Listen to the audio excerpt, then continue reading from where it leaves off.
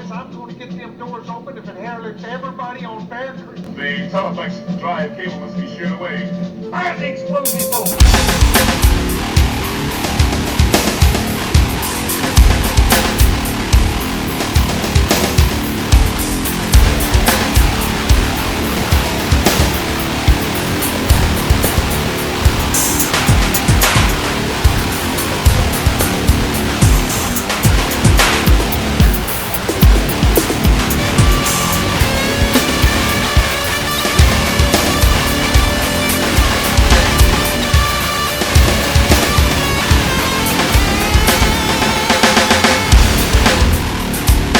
The Teleflex drive cable must be sheared away. Fire the explosive bolt. The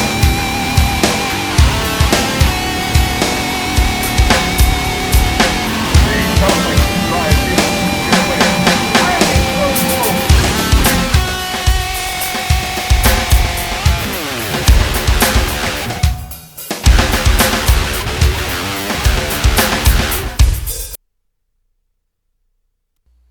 All right, this is One-Eyed Jacks transmitting to you from the top of Mount Olympus, and this is going to be part 55, and it's not going to be a long, I don't think it's going to be a long video. I'm just going to go over, I've been doing all these videos on the various categories that, these repeating patterns that we find over and over and over, and we find them in Kubrick movies, we find them, we're jumping over into Ridley Scott movies, we're finding them.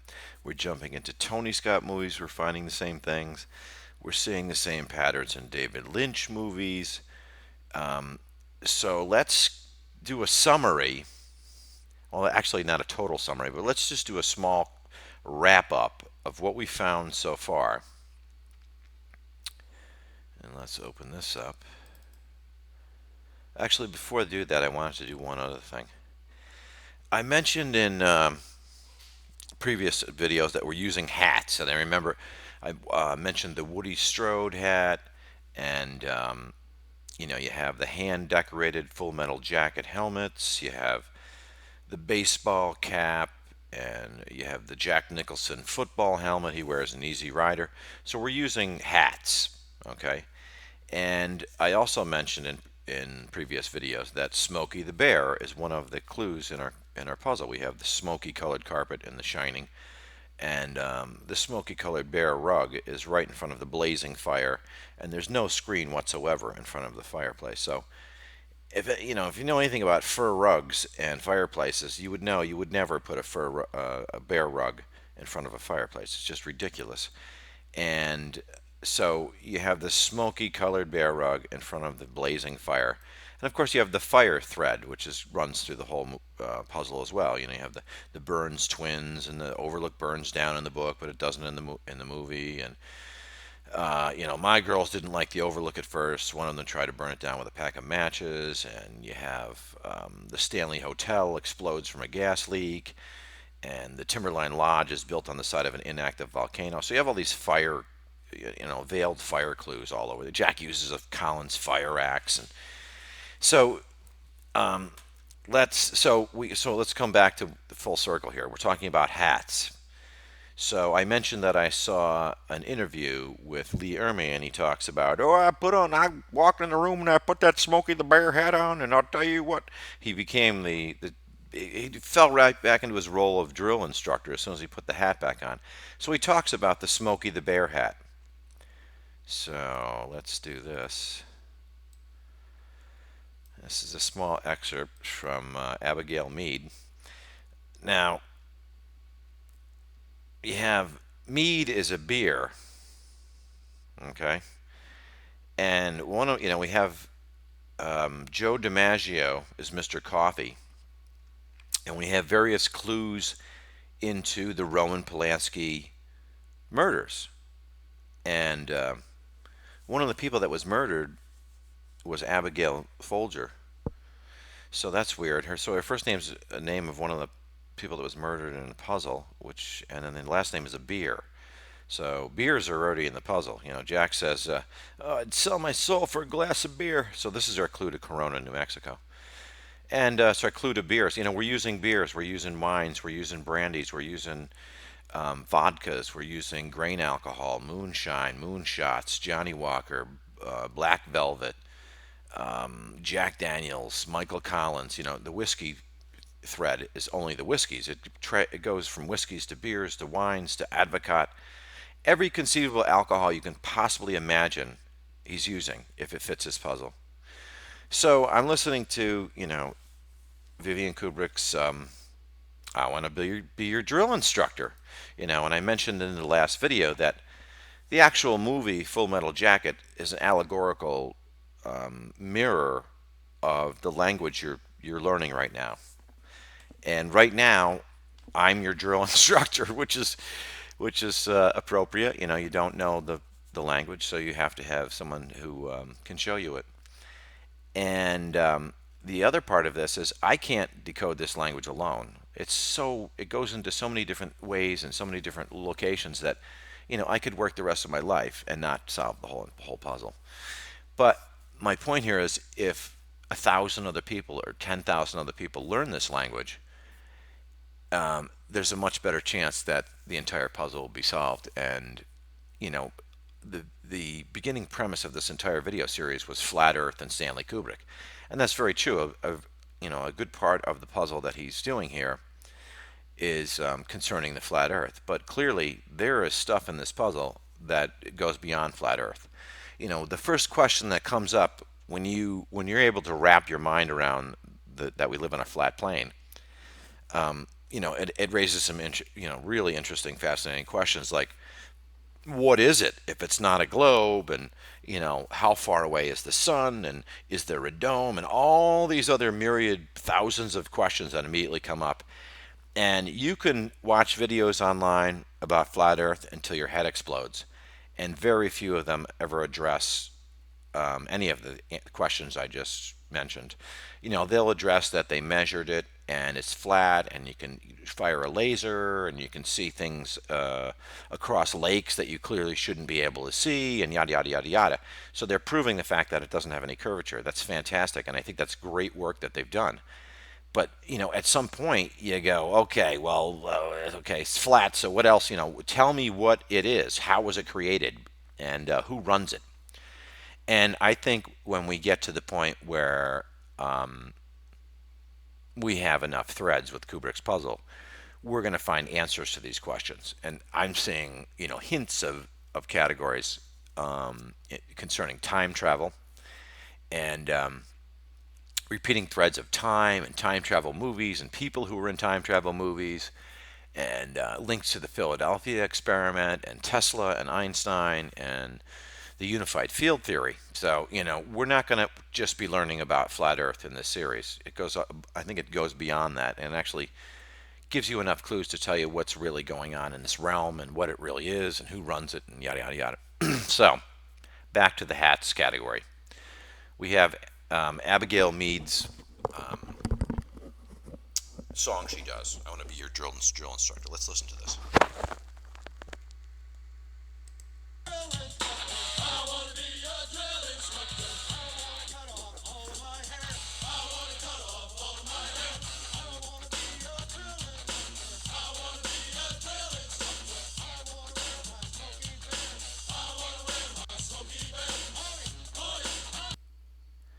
So we hear, they talk about the Smokey Bear hat. So there's two different references from Lee Ermey, one in a personal interview and one in the Abigail Mead.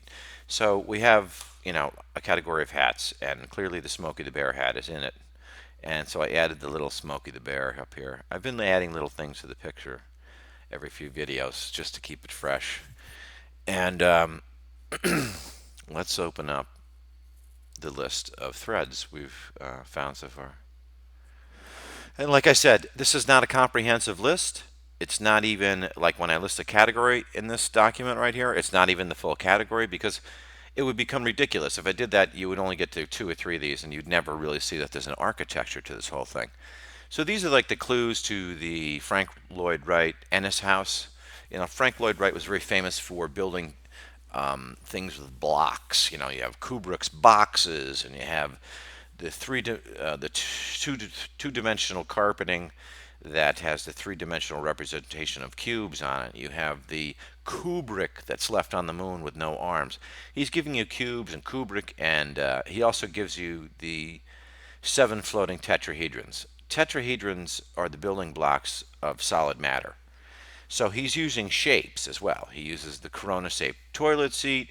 He uses the box that's duct tape with silver duct tape, 3M duct tape on Apollo 13. They do the cross-hatch duct tape pattern.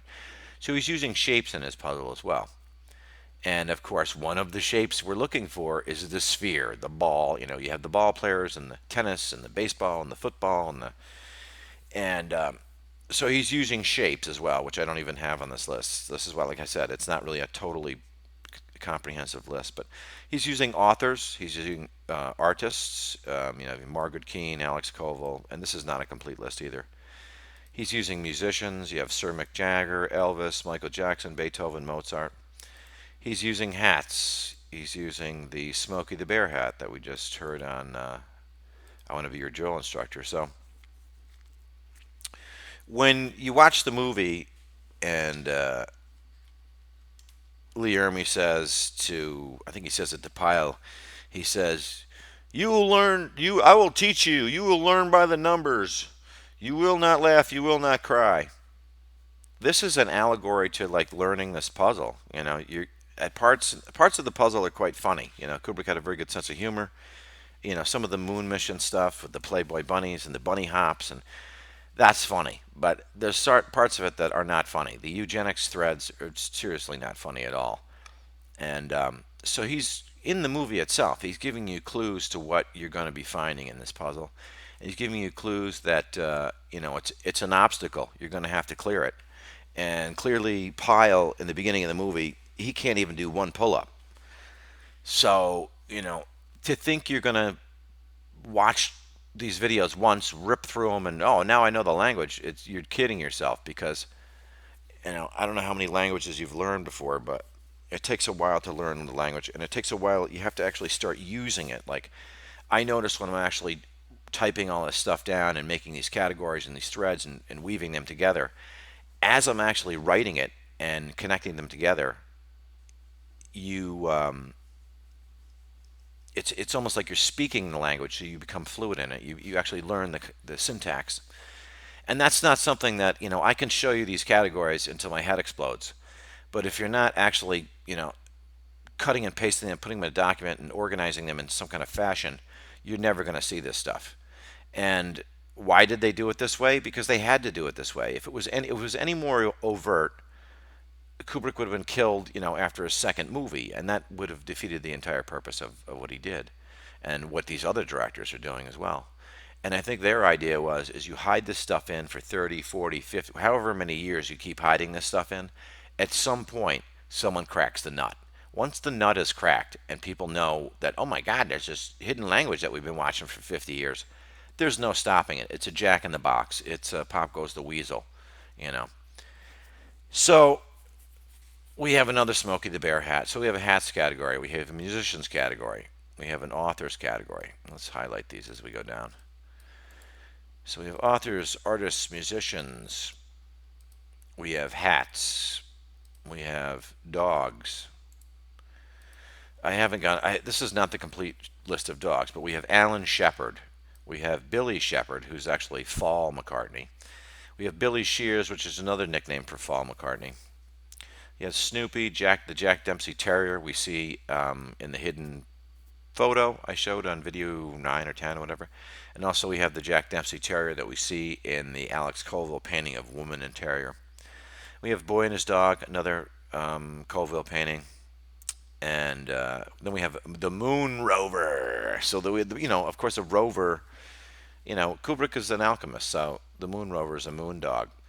So why is that interesting? Because, well, you have sun dogs and moon dogs. These are things you see when you're near the poles.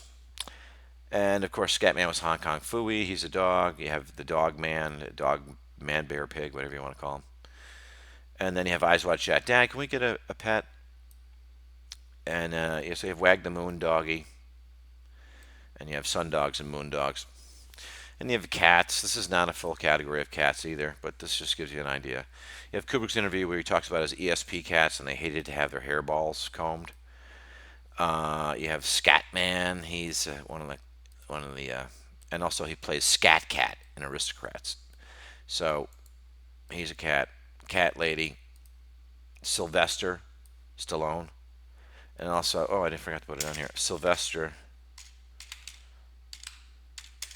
Oh, Sylvester, and this would be William Sylvester, and William Sylvester is in 2001: A Space Odyssey, and he plays Dr. Floyd. So he's another. So we don't just have Sylvester Stallone, a Looney Tune. Oh no, we have William Sylvester in 2001, Dr. Floyd, and Dr. Floyd talks to Ed Bishop, the Pan Am Space Shuttle captain. Because remember, captains is a category. We're using military ranks. We have captains and admirals and privates and majors, and you have Kevin Major Howard. His middle name is a rank. You have Captain Feeney in Barry Lyndon, and Barry Lyndon says, "Are you the real Captain Feeney?" And then we have the association between cats and pussy cats. So we have an association between the vagina and cats. So you have the Bush Baby, Muffley Merkin. He says Poontang in Full Metal Jacket. Animal Mother says, "My word is Poontang." You get the leopard in 2001. You got Tony the Tiger. Cereal box disappears. You get the stuffed tigers. Leo is a zodiac. It's a missing zodiac. We have the Gemini. We have the Aquarius. We have the Capricorn 1 movie. And of course, Leo is the lion. We have the snow leopard, and then we have the snow cat. So this is a category of cats. So we're going down: authors, artists, musicians, hats, dogs, cats. Looney Tunes. Here's all the, well, I don't know if this is a full list of them. It's not. But so we have Looney Tunes characters. We have rabbits, hares, jacks. A hare and a jack is a male and female rabbit. Let's see here. So we also have birds. This is a huge category. This is not the full list of birds. But we have Admiral Bird. We have the Eagle is the Apollo 11 Eagle. We have the Apollo 15 Falcon. We have the Roadrunner car, the Roadrunner TV show, the Roadrunner Looney Tune. You have Peregrine Productions, and you have Hawk Productions, and you have the HMS Hawk, and it goes on and on. What was another one? You have the stones, the monolithic category. So this is the Philip Stone and the James Mason and the Ziegler, which is stonemaker in German, and the monolithic conspiracy we're talking about. We have the hair category, very bizarre category based on hair. So we have Kubrick's ESP cat with hairballs. We have the crosshairs in the telescope. We have the crosshairs that are missing in the NASA moon images. We have Dorian Harewood, Jungle Bunny. So he's a hare and he's a bunny. The bunny hop that they do on the moon, and there's a million connections to that. And then we have the jacks. So a jack is a male rabbit. So when I said that there's a category of male Playgirl bunnies, Jack reads Playgirl at the Overlook, the January 1st issue, New Year's Day, the first day of the year. So there's a category of Playgirl bunnies in the puzzle. And I also mentioned in the last video that the Philadelphia experiment ship, the USS Eldridge, happens to be a Playboy, a Greek Playboy model. It was in the Playboy in Greece, which is just absolutely bizarre. But so we have jacks and bunnies. This is the category of all things Jack. So you have Jack Nicholson, Jack Nicholas, Jack Black, Jack and Titanic, Jack Elam, Jack Palance, Jack Benny. Here's Johnny, which would be Johnny Carson, King of Late Night. So this is all things Jack. In the Queen's category, Anne Margaret, Queen of Vegas, Norma Jean, Queen of the Artichoke, Marie Windsor, Queen of the Bees, Lucille Ball, Queen of the Bees. So we have a whole category of queens as well. And we have kings. We have Arthur C. Clarke would be King. This is Kubrick's. He says, "You will not laugh, you will not cry." Well, you're gonna laugh. It's King Arthur C. Clarke, the man that invents the first satellite. You have King Kong, which is a king in cards. Johnny Carson, King of Late Night. So there's a whole category: kings, jacks, queens. So these are we. Some of this is cards. Some of this is bunnies. In the jacks category. And so you have jacks, queens, kings, aces. You have Shane Rimmer, who jumps into the Bond movies, and he's in Doctor Strangelove. He plays ace. I was wrong before. I kept saying it's the CRM technician plays ace. I was incorrect. Ace is Shane Rimmer. He's the co-pilot, sitting right next to Slim Pickens. And you have Buzz Aldrin. He was a flying ace. The Red Baron is a flying ace. This is Snoopy and the Red Baron, and the Snoopy and Charlie Brown capsules, and they showed Snoopy and the Red Baron toy. And you had Floyd Bennett. This would be Admiral Byrd's captain, his pilot, when he was in the air, not on the sea. He was the captain when he was on the sea, but when he was in the air, Floyd Bennett was his captain. And there's a Floyd Bennett Airport in New York somewhere, and it's named after him. He's a very famous pilot, an ace, of course. And then you have the Humbert. He has two first names. He's an 11. He's an ace. Sirhan has two first names. He's 11. He's an ace.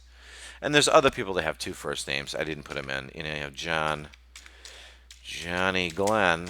He's got two first names. And there's a whole bunch of them. Lewis Carroll.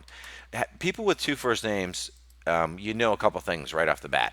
Usually, right away that they're not their real names. They just, they made them up. So Humbert is not a real name.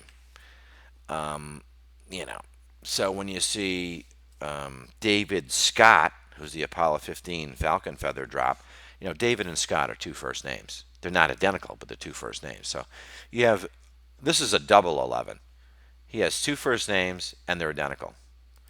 Johnny Glenn is only an 11. He has two first names. Lewis Carroll is an oddity, and this is more cryptographic stuff I'm talking about now, but Lewis Carroll has a gender flip name.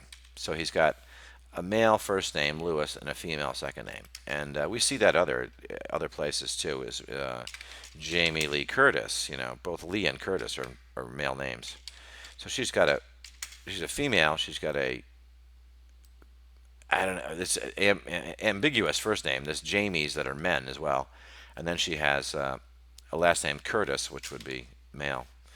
So this is a special category of people with gender flip names. This is a category of people with two first names, and this is a category with two first names that are identical. You have Sirhan. So he's using this throughout the naming of the astronauts. He's naming a lot of the astronauts with two first names. And then we have the chess. We have Ed Bishop, and he's in the UFO TV show, and we have Jackie Gleason, King of the Castle, and we have Sir Mick Jagger. I didn't even put him here. There's a lot of Sirs. You have Sir Mick, you have Sir Arthur.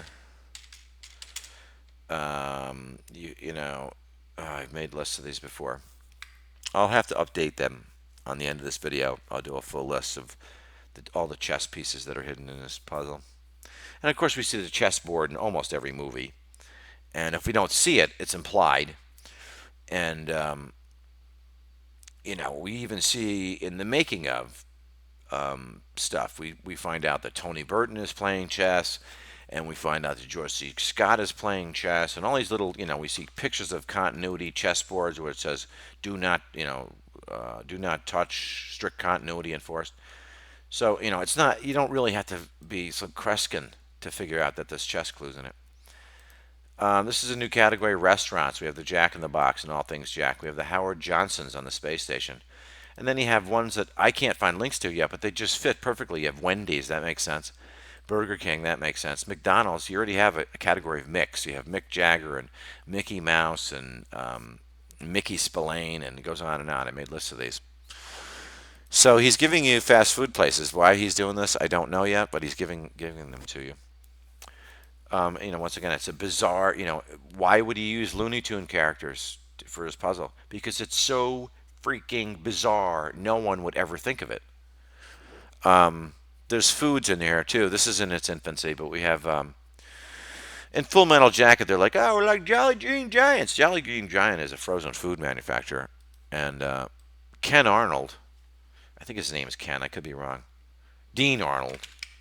Dean Arnold was a frozen food magnate, and he was very good friends with Admiral Byrd. And Admiral Byrd talks about how he brought down some bread to the South Pole, and they left it there, and they came back like years later, and it was still fresh. And so this gives Dean, he supposedly, according to Admiral Byrd, this gives Dean Arnold the idea that we can freeze some food and down in the South Pole and save it for lean years, which is never going to happen. They don't care if people starve. They could care less. There's too many people already. So there's a foods category. This is in its infancy, but I know it exists. And then you have the pawns. Danny, Oswald, Anya. They're all pawns. The knights, Sir Mick Jagger and Sir Paul McCartney and Sir Arthur C. Clarke and the other one is Sir Alec Guinness. By the way, Guinness is a beer, just like mead is a beer. And so Alec Guinness is the 4-2 date. That's the World Autism Day, 42. And then we get into vehicles, and the vehicle category is anything you can imagine that you would ride in as a vehicle. So we could begin with the wheelchair. And we have a category of walking and jumping and hopping and leaping and jumping, and then you have Peter Sellers, and he does his famous "Mein Führer, I can walk," and he stands up and he has a heart on. So it's a mode of transportation. He's in a wheelchair. We have your legs can be used as transportation. So this is the step, hop, giant leap, jump, long jump, Johnny Walker, Moonwalker, Spacewalker, Skywalker, Imperial Walker, George Herbert Walker Bush, Easy Rider, Blade Runner, etc., etc. Cars, we have the convertible Mustang that is Danny's toy. We see it at the World's Fair. We have the 1964 and a half Falcon. We see it at the World's Fair. We have the Adams Probe, the lowest vehicle ever produced, the Adam Probe's 15. It had no doors, only a bubble top roof. We have the bubble top roof double suicide door limo, but actually JFK didn't really have a door. Connolly had a door, which was half open, but Kennedy didn't have a door. So it's a one-off. This is one-off, one of one, or I don't know. They probably made three of them, but it's a one-off. It's a specialty constructed one-off vehicle with a bubble top and double suicide doors. And of course, the name of the actual vehicle, Ford Mercury Lincoln, is a triplet. And I mentioned these earlier in the puzzle. So Fords is a category. You have Harrison Ford, and you have the Ford Model T that's worshipped in Huxley's book, A Brave New World. They worship the Ford Model T, and you have Henry Ford is in the puzzle. His birthday is 7/7. So you have a category of Fords. You have the Ford Mustang, the Ford Falcon. You have the Ford limo. Then you have Mercury. It's a Greek god. It's the one he's the one that's always fast. He always has the wings on his feet. He's the messenger of the gods that always favors man. And also, it's a toxic chemical that they put in your vaccines. So it's a multifaceted puzzle. And then we have Lincoln. We have Abraham Lincoln dies on April 15th, Jackie Robinson Day. And of course, we have the palindromes of Lincoln and Kennedy. They're the two murders. Are like mirrors of each other. They both get replaced by a name with the last name of Johnson. Oswald is found in a theater. Lincoln is shot in a theater, and it goes on and on and on. I've made lists of these earlier in the series. And you have the VW Beetles, and of course it's an insect, and it's a band, and it's a Volkswagen with a 1200cc Boxer, air-cooled Boxer engine in it. We have the Corvettes that Danny has, the 427 Corvette in his toy collection, just like the ones all the astronauts get. They get one-off, individually made, specialty painted one-off astronaut Corvettes from GM. So these are the clues. When you wonder who actually was behind faking the moon missions, he's giving you all the manufacturers that lent a hand, and clearly General Motors is one of them. You've got the Morgan car in The Killing, the one that gets the flat tire, and it's a horse. And then you have the Pinto in the Blues Brothers, the flying Pinto, and it's a horse. And also in Animal House, one of the characters is named Pinto. So we have a category of station wagons. You have the Pinto, we have the Woody that's seen in the Killing movie that Kubrick does, and then we have the Back to the Future. We see the AMC Eagle with the wood grain side. So we're using station wagons. We have Kennedy's covered wagon funeral. So we have a covered wagon and we have a station wagon. So you see how they're tying these together. And then, of course, Jack Nicholson says back in covered wagon time. So covered wagon times is Kennedy's flag covered wagon. It's the Donner covered wagon.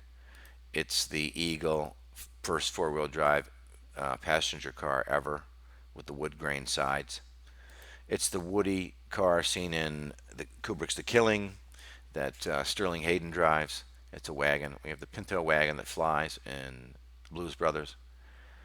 And then, of course, we have the truck that jackknifes and crushes the Beetle. We have the horse and train. So horse is another mode of transportation. Train is a mode of transportation. So, Bobby took the train, and JFK takes the horse. And then we have a category of they're not trucks, they're tracked vehicles. This is a specialty category. Tracked vehicles.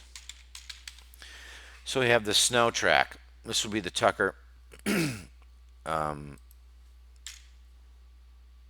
Tucker Snow Track. This would be Vivian Fuchs Trans-Antarctic Crossing. We have the Steadicam. We see pictures of little Danny riding in the Steadicam rig. So Danny was riding in this vehicle, so it's a vehicle. So we follow the Steadicam rig when it jumps to Halloween. We follow the Steadicam rig when it jumps to Rocky. So this is another way to follow into movies. This is the clincher for it is the Steadicam. When you use the Steadicam, you don't need to put any tracks down for your dolly because there is no dolly. You're walking, you're running, you're jumping, you're leaping with the camera. So it really freed Kubrick up to do really long dolly shots, and he didn't have to worry about seeing the tracks on the floor because there were no tracks. So this is the whole snow track. He gives you the active Fisher snow track. So the Steadicam left no tracks because it didn't have any tracks. Then you have the moon buggy. It left no tracks on the moon, oddly, because it was swung into place on a cable, just like the astronauts were. And here's the jackknife semi and the crushed red beetle. And then we have the track vehicle category. We have the NASA crawler. It's a four-track vehicle. Four-track vehicles are quite rare. There's only so many four-track vehicles out there. And when you find out that the largest four-track vehicle ever made, and Kubrick's puzzle always used Jungian, great, the best, the fastest, whatever. He in his lens category, he mentions he uses the f7 lens from Zeiss, which is the fastest lens ever made. It's 0.7. So he says he has to have the 0.7 lens, the fastest lens ever made, from NASA, their secret spy satellite lens, to film under candlelight. So this is Jack be nimble, Jack be quick. Jack burned his ass on a candlestick. So he had to have the fastest lens because he was very quick. And so when I say it's the Jungian, when I say it's a Jungian archetype lens, it's the fastest lens. It's the largest zoom lens ever made. It's the largest fisheye lens ever made. So when we get to NASA when we get to tracked vehicles, what's the largest four-track vehicle ever made? It's the NASA crawler. So this gives us our crawling category. So NASA has the vector tongue, snake tongue in their logo. So the crawler category is the Sidewinder and the Bushmaster and the Grass Snake and the ASP, the Apollo Simulation Project, and the BOAs. There's about 5 of them now. And what's the other one? But you get my point here. So there's a crawler category, there's a small step category, There's a hop, hippity hop category. There's a kangaroo hop category. There's a bunny hop category. There's an easy rider category. There's a Tom Cruiser category. So we have four-track vehicles. The only other four-track vehicle in Kubrick's puzzle is the Tucker Snow Track. All the other vehicles are two-track. The Thiacal Snow Sprite's two-track. The Snow Track, Active Fisher Snow Track is two-tracked. VW 1200cc powered Boxer. The Snow Dozer seen in They Live is a two-track vehicle.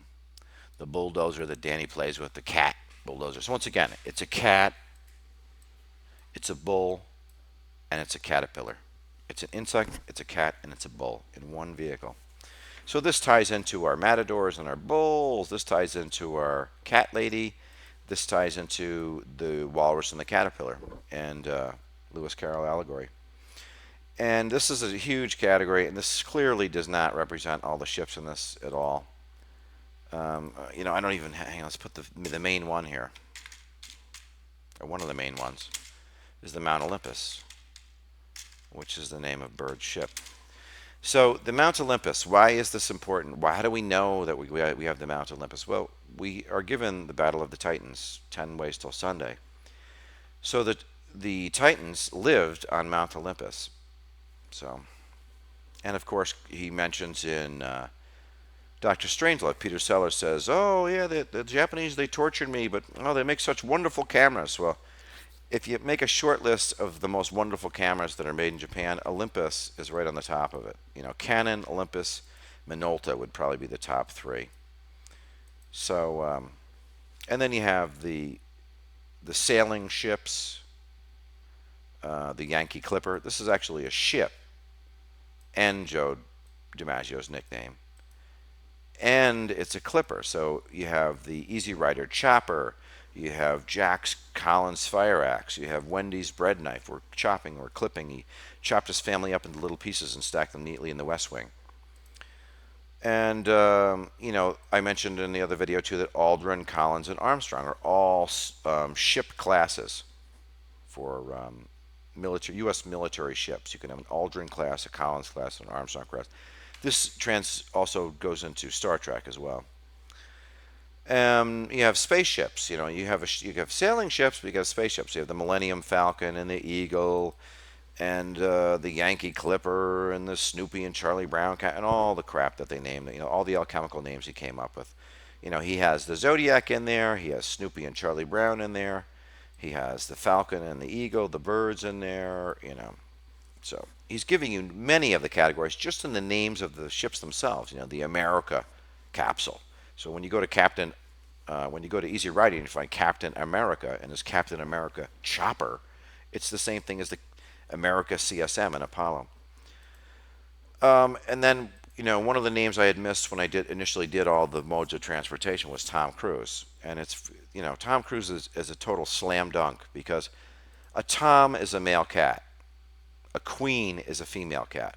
So let's go back up to the top now to our kings and queens. Where's our queens here? Oh, kings, queens. So we have queens is in our thing here. So queens are also the name. When you have a female cat, it's a queen. So Anne Margaret is Queen of Vegas. She's a redhead. She's in Playboy. And she's also a queen. So she can be considered in the cats category as well because she's a cat. So you got Tom Cruise. Tom is a male cat. Queen is a female cat. So you got Tom Cruise. So he's a cat. And then you have cruise. This is a way you can cruise in your car. You can cruise in your boat. You can cruise in your ship. Or you can cruise in your airplane. So he's in Top Gun. And he flies a F-15 Tomcat, which is a male cat. And it's an airplane. And it's the Falcon. That's a pretty good one. I love Tom Cruise. It's like he's a cat, he's a cruise, he flies a Tomcat, it's a Falcon, it's an airplane. And then he's in Rain Man. So do the math on that one. I think you know what Rain Man's about. I believe Rain Man has autism. That would be my guess. So and then we have with the spaceships, we have the Falcon, the Eagle, We have the B-52 Stratofortress. We have the Kitty Hawk biplane that the Wright brothers, the Wright Flyer. And then we have Icarus, the Icarus speech given by Stanley Kubrick, Build Better Wings. You have Paul and Paul McCartney, the winged beetle. You know, he chopped his family up and stacked them neatly in the West Wing. We have Wing Attack Planar. Recall the Wing. And they, you know, then he gives you birds, ships, the Condor and the Fokker triplane, and there's another one I didn't even list it. So you get an idea that this is how the puzzle works. You have all these bizarre little categories of things that don't seem to be related to at all. And when you find them and you actually research these people, you find out, oh my God, not only they are related, they're woven together like a magic carpet. So that's kind of the whole video here. Let me bring up some pictures. Let's see here. 53. Where the hell are we? Let's see if there's any new ones I found that you can. You know, here's we go back to the hats again.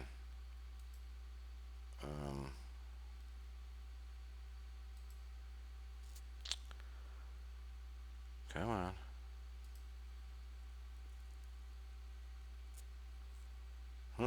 That's weird. Look, I had a wall there. This is a shot. This is early. This is. I'm going to tell you this. I don't know if it's 100% yet, but I'm about 90% on this one. This helicopter right here is the same helicopter that they use in the movie Full Metal Jacket. And this is them lifting the Pinto wagon in the Blues Brothers. You know, here's Tomcat Cruise. And let's see if he's got any interesting alchemy on his. Yeah, it says Ranger on here. And it says Tomcat. You know, hello, McFly. Tomcat. Let's zoom that right in there. Tomcat. So he's the Tomcat. Oh, this is an awesome fan art one. You know, I said we're using hats, we're using helmets, we're using Woody Strode hats, we're using the Jack Nicholson football helmet he wears in Easy Rider. And I believe there's a picture of Kubrick, and I know I've seen it. I can't find it. I looked for like an hour today. There's a picture of Kubrick wearing a football helmet directing a movie. I think he was on like a platform or something that was really high, so he had a football helmet and, just in case he fell off. But I can't confirm that yet. But here he is. This is fan art genius right here. This guy knows what he's doing. So let's go to what else we got. I think that's it. I mean, there's more stuff, but I just wanted to cover, you know, because I've been going over all these individual threads. And I think after like 3 videos of me going over individual threads, you're just going to go, oh my God, what are we doing here? So this video is just to give you an idea that this is how these things are woven together. We find these threads, they're repeating, we make lists of them, they're all woven together, they're all interrelated. You know, I talked in the last video about how you have Sylvester Stallone, he's a Looney Tune. He's got Lone and One in his name, Stall One.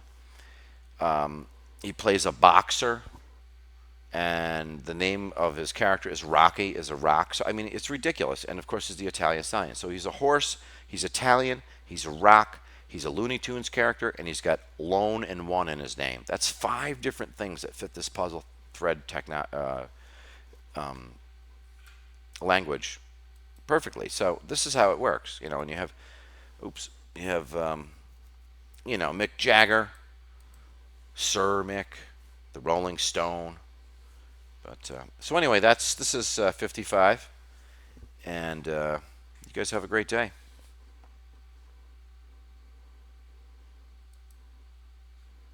I'm trying to turn this thing off.